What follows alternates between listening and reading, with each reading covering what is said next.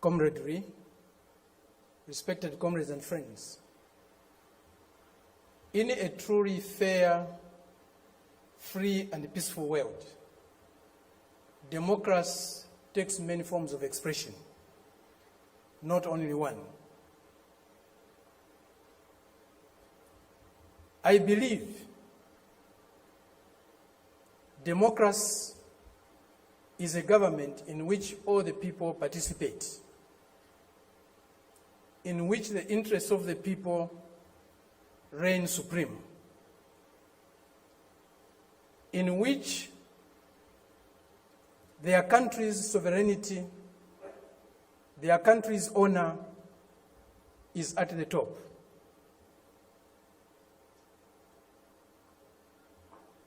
It seems that this month is a month of democracy discourse in the world. At the end of this month, there will be a conference in Lusaka, or a summit in Lusaka, Zambia, my country, led by the United States. They have come to Southern Africa to teach us democracy. A country that was opposed to our liberation, a country that supported colonial regimes, the apartheid regime in South Africa, the white racist minority regime in Zimbabwe, now Rhodesia, now Zimbabwe, the Portuguese colonial governments in Mozambique, in Angola, in Guinea-Bissau, and Cape Verde, today is coming to Africa to teach us about democracy. A country that has toppled so many governments in Africa, that has led so many coups in Africa and other parts of the world,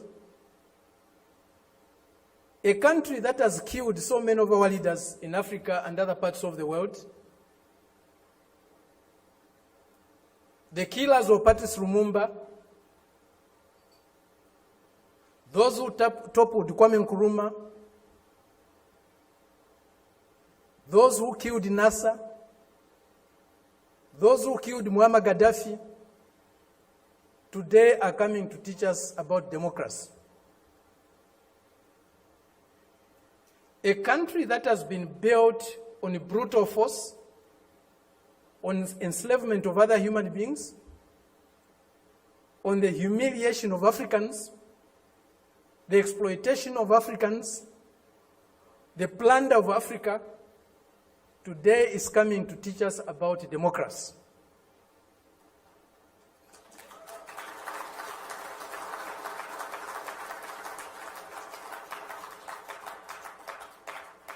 That's the arrogance, the imperialist arrogance, the racist arrogance that we are subjected to. We cannot have democracy where there is hegemony of the strongest, mightiest imperialist power. We cannot have democracy where a country's resources, a country's decisions are dictated to by another country. A country that is dominated by another country cannot be democratic. A country that lacks sovereignty cannot be democratic. A people that cannot decide for themselves cannot be democratic. A colony, a neo-colony cannot be democratic. That's why today, even at the United Nations, membership is on the basis of sovereignty. Only sovereign nations can be members of the United Nations, because only sovereign nations can decide for themselves. A colony cannot be a member of the United Nations. It's not by accident. It's not a mistake. If you have no respect for the dignity of others, If you have no respect for the sovereignty of other countries, you cannot claim to be a champion of democracy. They used to say, all roads lead to Rome. Today, we can confidently say, all roads to progress, all roads to what is better for humanity lead to Beijing.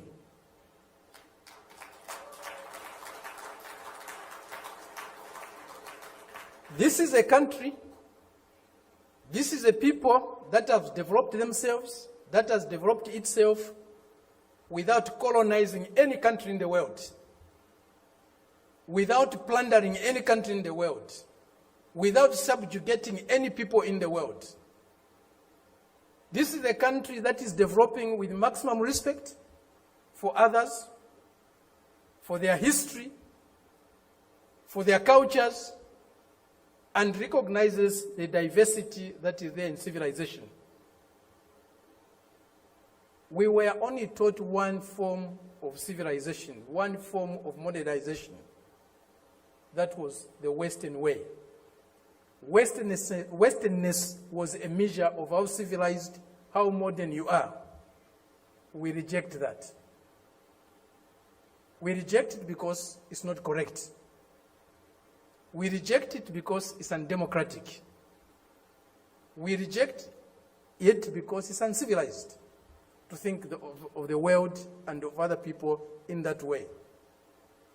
Today, they cannot accept the fact that China has caught up with them.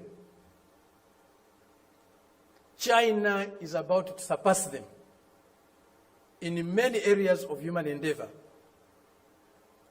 The imperialist arrogance is inhibiting them from accepting that reality. The racist arrogance is inhibiting them from accepting that reality. But the world is changing. The changes we are witnessing today, as President Xi said in Moscow recently, or the other day, they have never been seen in 100 years. They have shaped a world that they themselves today are scared of. And they have shaped a world that is not sustainable.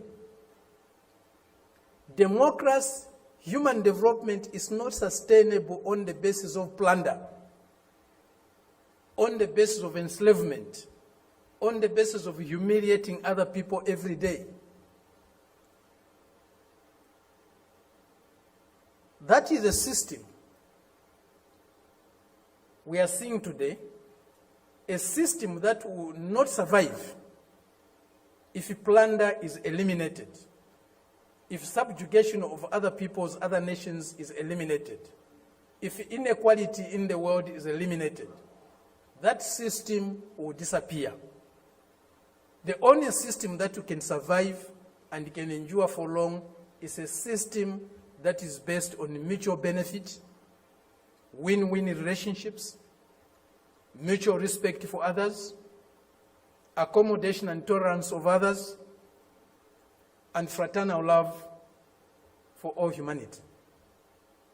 This is what we find in China today. This is what China's example is showing us. Indeed, all paths are different. There's no path that is the same, even if they are leading to the same destination. Each path has got its own characteristics. We are seeing that, we are learning that, we are experiencing that today with China.